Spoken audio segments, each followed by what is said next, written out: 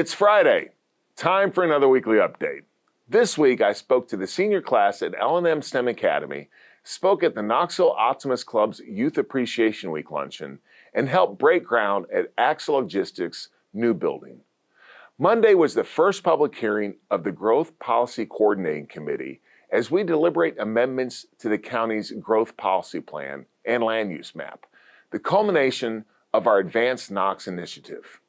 Advance Knox was a 2-year process to gather data and input from technical committees and stakeholders to formulate these changes.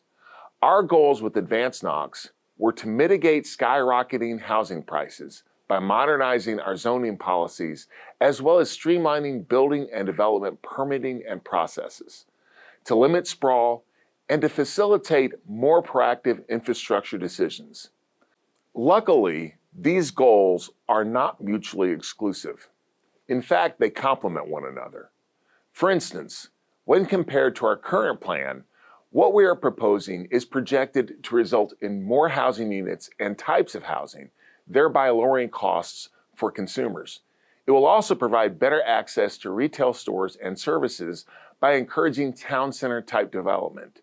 And 20% less land will be used for housing over the next 20 years. That's 4,690 acres. It will also result in a yearly net savings to the county of over $6.7 million in infrastructure costs. Oh, and we can expect an additional 20,000 jobs will be created over the next 20 years than otherwise would be. Obviously, efforts like this require a lot of give and take and compromise. Not everyone is going to be happy with everything about the plan. That's just the nature of these things. Nevertheless, I believe that we are taking a big step in the right direction. We can't stop building and developing land as some other places are doing.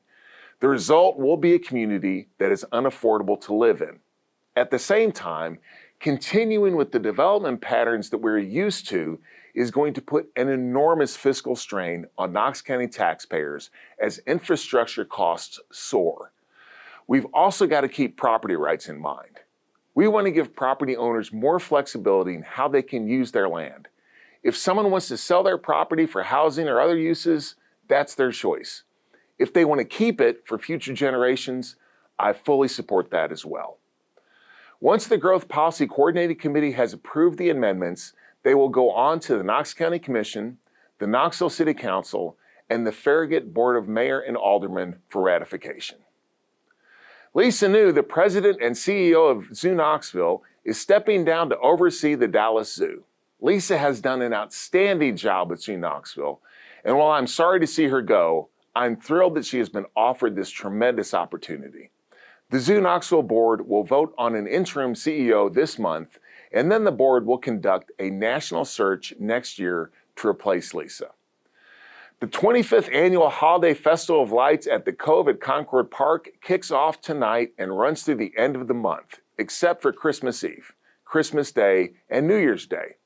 It's free and open to the public, but we do encourage visitors to bring non-perishable food items to donate to the Love Kitchen, which provides meals, clothing, and emergency food packages for the homebound, homeless, and unemployed. Visitors can also make monetary donations via a QR code that will be available inside the River Sports Outfitter facility. These donations will benefit the county's annual School Mania event, which helps supply local students with free school supplies. If you'd like, please join me tonight at 6 p.m. at the Cove when we flip the switch to turn on the lights. Congratulations to this month's Employees of the Month, Madeline Howe from the Health Department and Simone Hammock from Libraries. Until next Friday, I hope everyone has a great week.